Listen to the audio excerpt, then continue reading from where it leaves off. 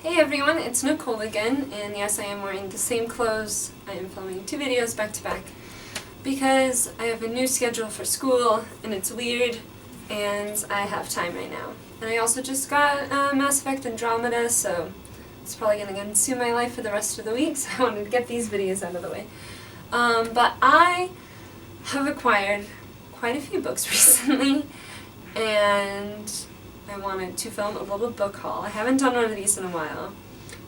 So I'm just going to get into it because there's a really big stack next to me and I'm kind of scared. So some of these are just random books that I've got. There was like a book outlet sale, so I got some books on there. It was also my birthday, so I got some books on my birthday. And then I also went and visited my parents, and I finally have all of my books down here with me. So there's a couple of those too. So let's just get into it. The first book I have is part of the graphic novel book club I'm in through Comics Experience up in San Francisco. And it is a new Michael DeForge book, who is this really, really cool writer who makes really weirdly shaped books. And this one's called Styx Angelica Folk Hero. And it's just about this lady, Styx Angelica. I haven't read it yet, but I'm going to give it a read soon. But yeah, he just has like a really funky style. So it's like a really long book, so it's hard to show it on camera. But he had another book called Ant Colony, which is just about a bunch of ants. So I'm excited to read this one. And it's super pretty. I love all of the kind of really bright colors he has in it. And then I got a book that one of my teachers actually wrote, and it's called Whose Global Village? Rethinking How Technology Shapes Our World by Ramesh Srinivasan.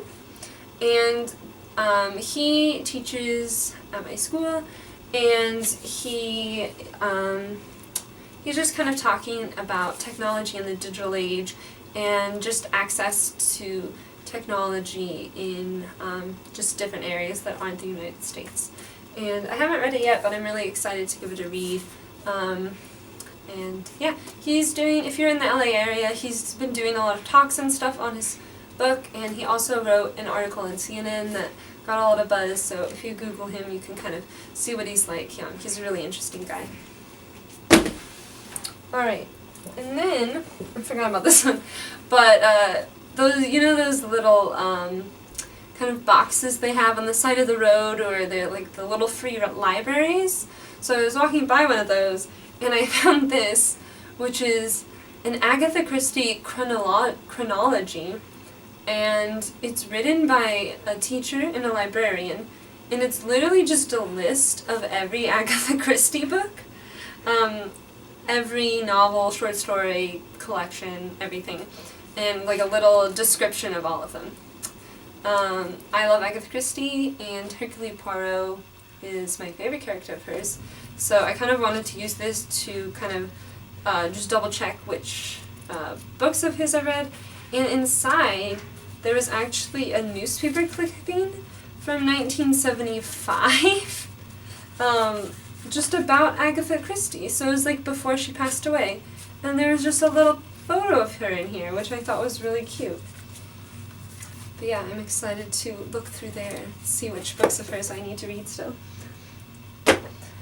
And then I got 2 books for my birthday from my grandparents, and they got this, which is Anne Frank House, a museum with a story, and it's just kind of about all of the art and stuff that's at the Anne Frank House. I'm sure most people know who Anne Frank is, so I'm not going to describe her, but I loved the Diary of Anne. Well, I don't know if you can love the Diary of Anne Frank, but I appreciated that a lot as a child. And they got to go to the house, so I'm excited to look through this and maybe visit someday.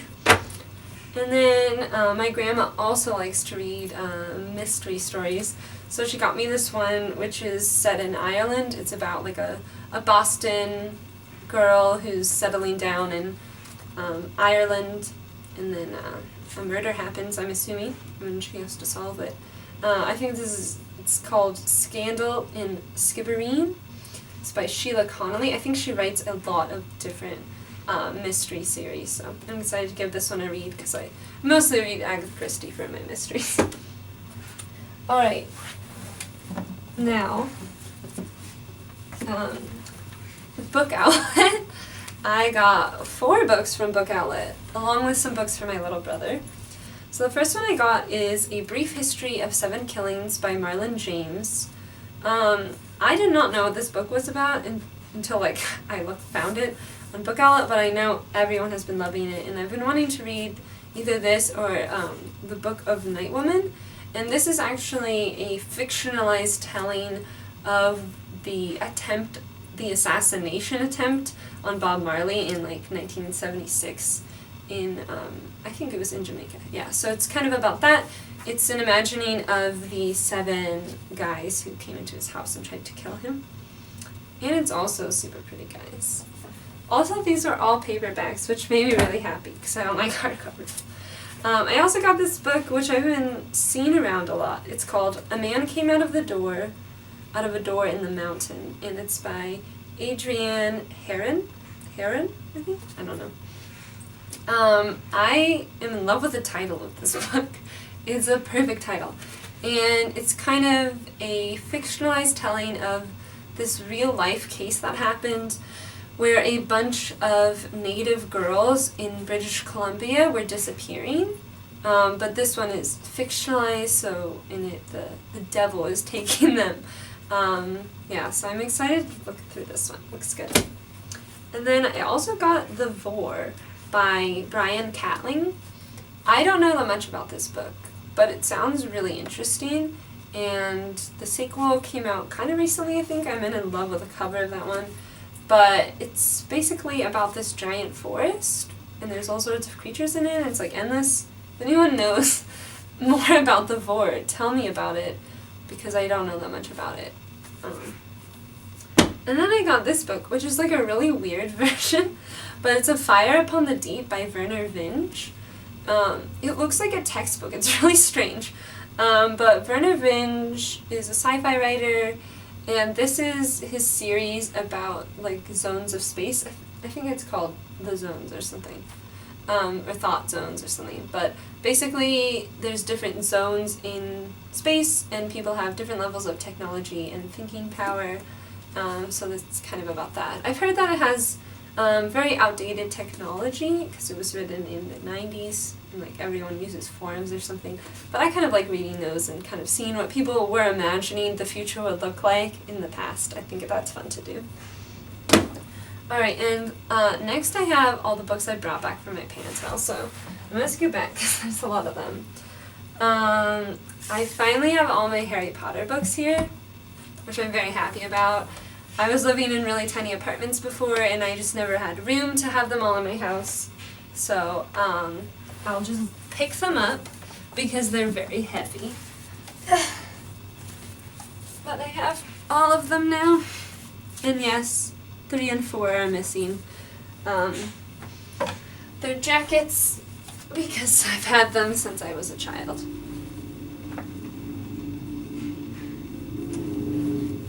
Alright, and then I also have the Tales of Beedle the Bard, middle grade series. Which is the Mysterious Benedict Society. So I have Mysterious Benedict Society, the Mysterious Benedict Society and the Perilous Journey, the Mysterious Benedict Society and the Prisoner's Dilemma, and then the Extraordinary Education of Nicholas Benedict.